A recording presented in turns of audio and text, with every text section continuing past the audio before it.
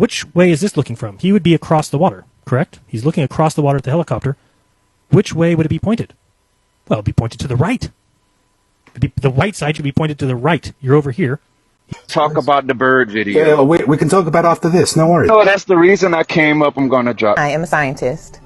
It worked. I'm not a scientist, and Houston, we have a problem. So Bedazzle owes me all of his accounts. He wanted to bet his account that the bird video and the helicopter scene in Genius Stephen Hawking was not faked, but it's quite funny because the people on the show are claiming to be average everyday people, but the person that you see there, Joy, is actually a director at NASA, and then we see them fake the actual footage on the show, showing a exact same scene minutes later with a fake helicopter inserted going below the curvature. So I'm going to quickly show you the actual video where they faked the scene, and then I'm going to show you Bedazzle running when I show the director at NASA part. Birds fly by as the helicopter disappears. It completely disappears from my line of sight. Joey, are you still airborne? Yeah. Can you see us landing? The reports from the helicopter, they're still flying. But I can't see it. To wrap your head around it in that short a time was a little difficult for me. I was like, this is crazy. We have landed in our position. Okay, Joey, go ahead and lift off. They plan to ascend until Jim can see them on the horizon. Then they'll tell him their altitude. Let me know when you can see us on spots of the horizon. Now watch as the exact same birds fly by again, just like the previous take. I got him. They overlaid a fake helicopter over the same exact clip from before. Even the waves are the same. Here it is again, extra slow. So here's where I'm showing Bedazzle, who's in the live chat box, the part where Joy, who's in the show, who's claiming to be an average everyday person, is a director at NASA and works for NASA. So my question to you, Bedazzle, is if they were average everyday people, they wouldn't have directors that work at NASA in the show faking the Earth's curvature on the first freaking episode. So DM me all your account details, or just stay out of my chat box and stop mentioning my name. See you later, dude. I am a scientist. It worked. I'm not a scientist, and Houston, we have a problem. Good afternoon. Okay, another video. Today is the 16th of April. There's your seven creation days. So technically they are. And this happens to be March 21st. That's the middle of spring. The beginning of spring is February 4th. The end of spring is May 6th. Okay? That's how it works. Okay. I'm going to show you something. Now you see this? See this? This is what you call the diameter. Okay, the diameter of Earth, using these numbers, because this thing is mathematical, right? Okay, the diameter of Earth is 21,600 miles. Okay, of course, there's what you call a North Pole. It's magnetic north, I call it. And this happens to be the radius. Radius is half of a diameter. Okay, but what it does too, is I'm going to measure the height of the firmament. And that's 10,800 miles. All the numbers will always add up to 3 or 9. Okay? So now I'm going to splice that. We'll cut it in half. Okay? And you look like this.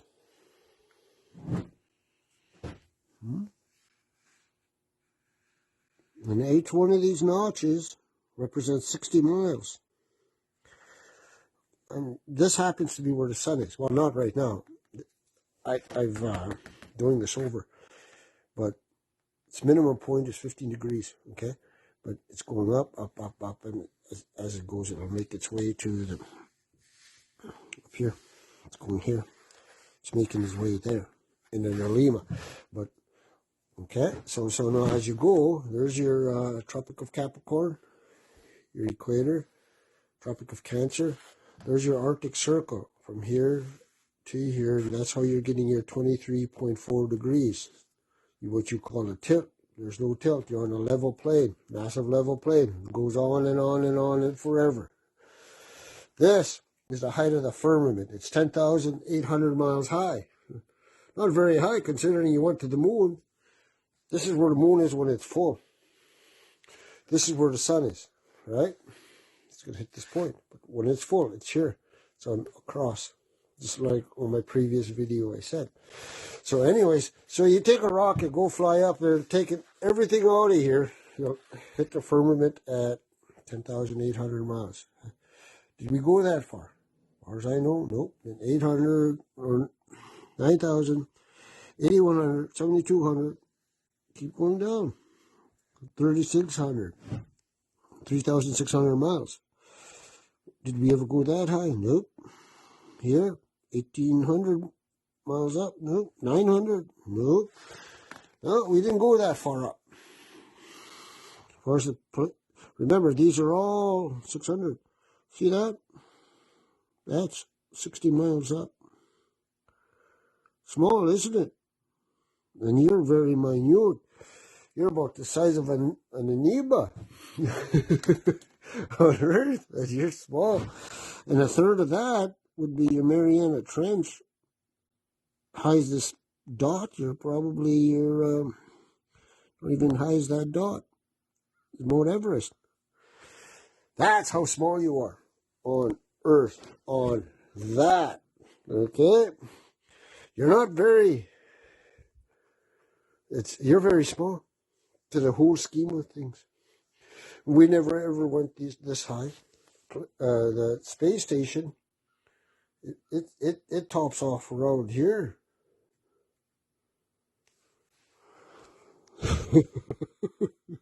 So then it's supposedly on a concave hemisphere, it will be doing this, but you need a thrust engine to do it on this. See, you can't take a rocket out of space because you need oxygen to burn fuel for thrust, right? Who doesn't know that? You know that. Okay, so yeah, so to be on this, you can't go very high up, and everything is local. Everything is local, period, okay? So anyways, I got that, and that. And that's a dual calendar. You got a lunar year and Gregorian calendar. If you see my previous videos, and I just marked where the last full moon, and I'm waiting for the next new moon, okay? So I'm going to be marking that out, okay? That's how that goes. Okay, I'm going to leave it here. I'll let you ponder on this one. Have yourself a good day. Up to see what the Earth looked like was a guy named Auguste Piccard. Most of us have never heard of this person because when he made it to the stratosphere, he said he saw what appeared to be a flat disk with an upturned edge. Now, after Auguste Piccard ventured to the stratosphere, we have the U.S. Air Force showing us the stars from space for the very first time. And when you look at what they showed us, what they actually saw, you begin to understand why the moon landing never had stars in the background, why they're not showing us stars from space anymore, because it's very difficult to pull this off. The sky is deep black. As you can see the stars. Oh, yeah. You know, and pretty much all the time you can see the stars. The sky, of course, was black. The heavens are 10 times as bright, stars 10 times as numerous. And we cannot see stars. The thing about Carl Sagan, billions of billions, there really are billions and billions of stars, and you can see them. It's an unfathomable blackness, like with a texture you feel like you could stick your hand into. And that's when things start to get weird, because people have gone back and looked at declassified documents that for some reason keep mentioning a flat, non-rotating Earth. Over and over again, it's in their flight plans, it's in all their working models. This flat, stationary Earth repetitively keeps showing up. If it doesn't exist, there'd be absolutely no reason to base all of your science on it. Something else shows up. In the 50s, in Russia, they had documents describing the firmament. and deals. It's a long fly ball going back, and the ball shatters the sky, bringing the ocean itself down into the stadium. Here I have two different time lapses of the sun, where I have zoomed in all the way in on the sun so you can see the sunspots, the sun is properly exposed, and 2 times I got a change in size. So, Globers, I don't know what you're gonna say now, but yeah, the sun changes size, I'm sorry. And you know, it's not my fault. It's not my fault that the sun is local and it changes size. It really isn't. I mean, you can say refraction all you want, but first your argument is it doesn't change size, then we go out and prove it does change size, and now you're saying refraction, well, that's an automatic win. You're conceding at that point that you were wrong and it does change size. So, welcome to Flat Earth. Let's watch a old world video. Okay, you guys, are we in ancient Rome, or is this a high school in El Paso, Texas? As unbelievable as it sounds, this is El Paso High School. Very Romanesque. And of course, there's no construction photos. This is what we got. It was one of the first things here in El Paso. They say they built this high school for $500,000, right around $10 million in today's money. And the last graduating class in El Paso before this enormous high school went up was 2 students. They had 2 high school degrees, and they were like, we need a lot more. Let's build a Roman castle real quick. I'm hoping it's becoming obvious to everyone just how fake our history is. Can you really, in any possible way, justify a history that says they built that thing to be a high school in El Paso, Texas? And when you see that old picture, that thing is so out of place there in that timeline that makes no sense of that being there.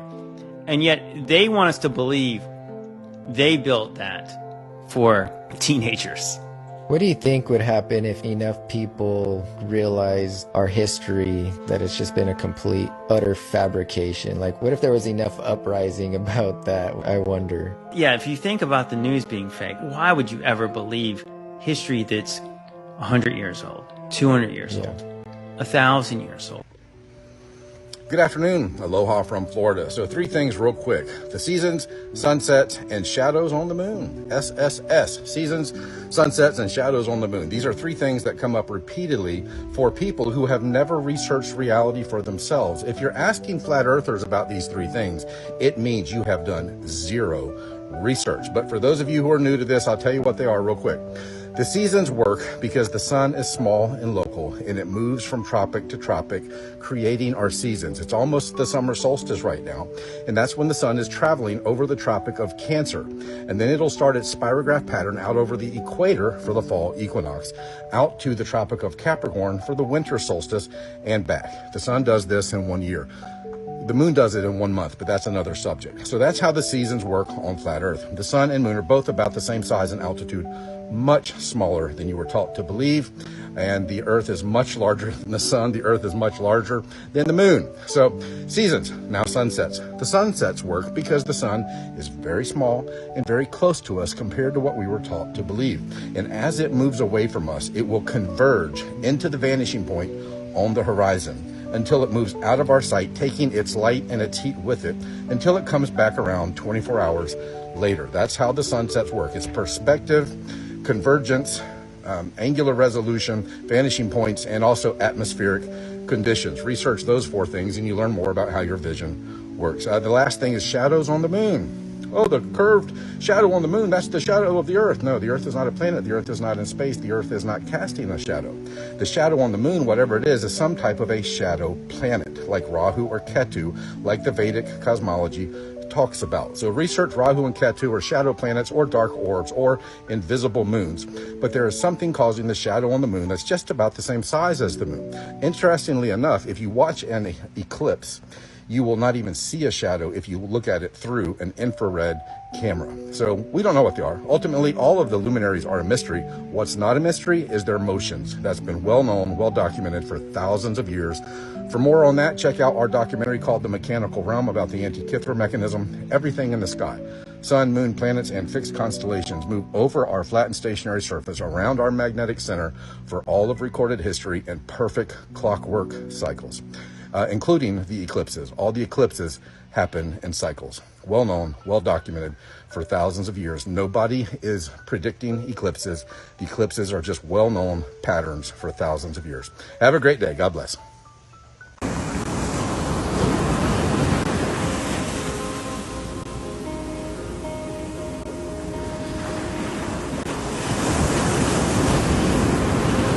Electricity and magnetism rules everything in this realm.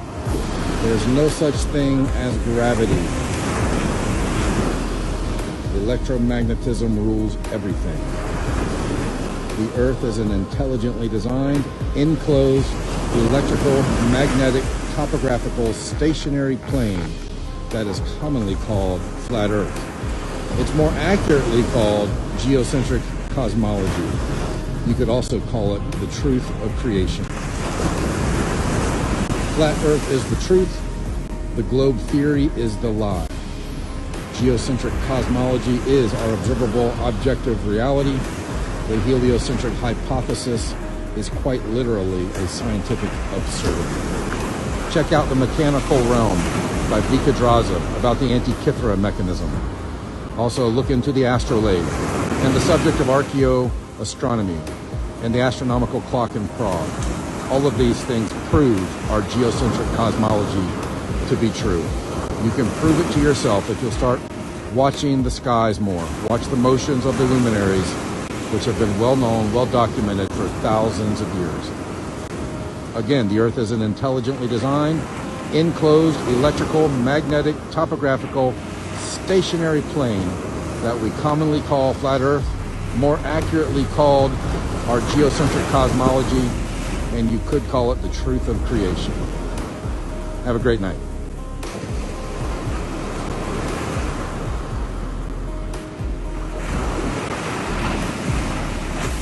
Have you ever seen this video where this guy draws a flat Earth diagram and talks about how there's the black hole sun that is projecting light through the center of our realm?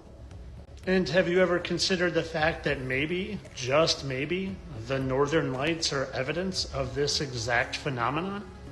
You see, I never wanted to give this too much thought or attention because supposedly this is a Masonic idea. But lately, I've seen some things that have opened my mind to it, and I'm going to show them to you. What I want to first make you aware of is the fact that much like there's an Antarctic treaty, there's also an Arctic treaty where you're not allowed to go to the North Pole. And there are 150 countries that have signed this agreement. And yes, you can take a trip or a tour to the North Pole, but it's only going to bring you to Fairbanks, Alaska. And I want you to notice this watery area here. Because on the old maps, there used to be all sorts of land there that all of a sudden doesn't show up on the new maps. And not only is there a treaty to keep you out of that general vicinity, but there is also surveillance set up for thousands of miles around the North Pole. It's called the Dew Line, and it was created in 1958. This was to build a radar network above the Arctic Circle, a distant early warning line, which would span the North Polar region. You see, they say it's to detect anyone coming across the globe from, say, Russia. But in my opinion, this Dew Line that literally circles the entire North Pole is to detect anybody going towards the center. The center where maybe, just maybe, that hole is projecting our reality into the sky.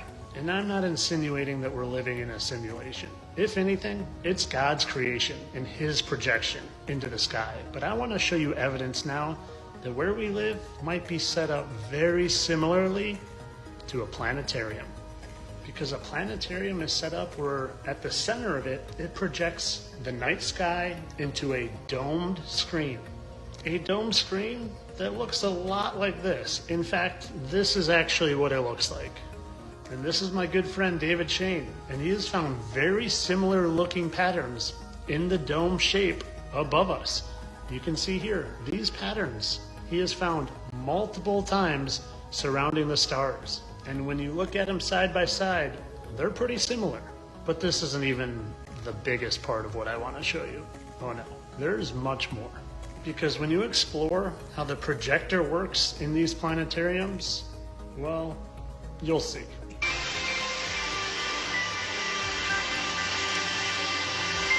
If you've been to a planetarium any time in the last 2 decades, then chances are it didn't use vector graphics or fancy star balls, but instead looked a bit more like this, using digital projectors. Let me show you something really cool. Can we turn on projector 1, 2, 3, 4, 5. As you can see, the dome is actually being covered by 5 separate projectors, which each have a corresponding field of view.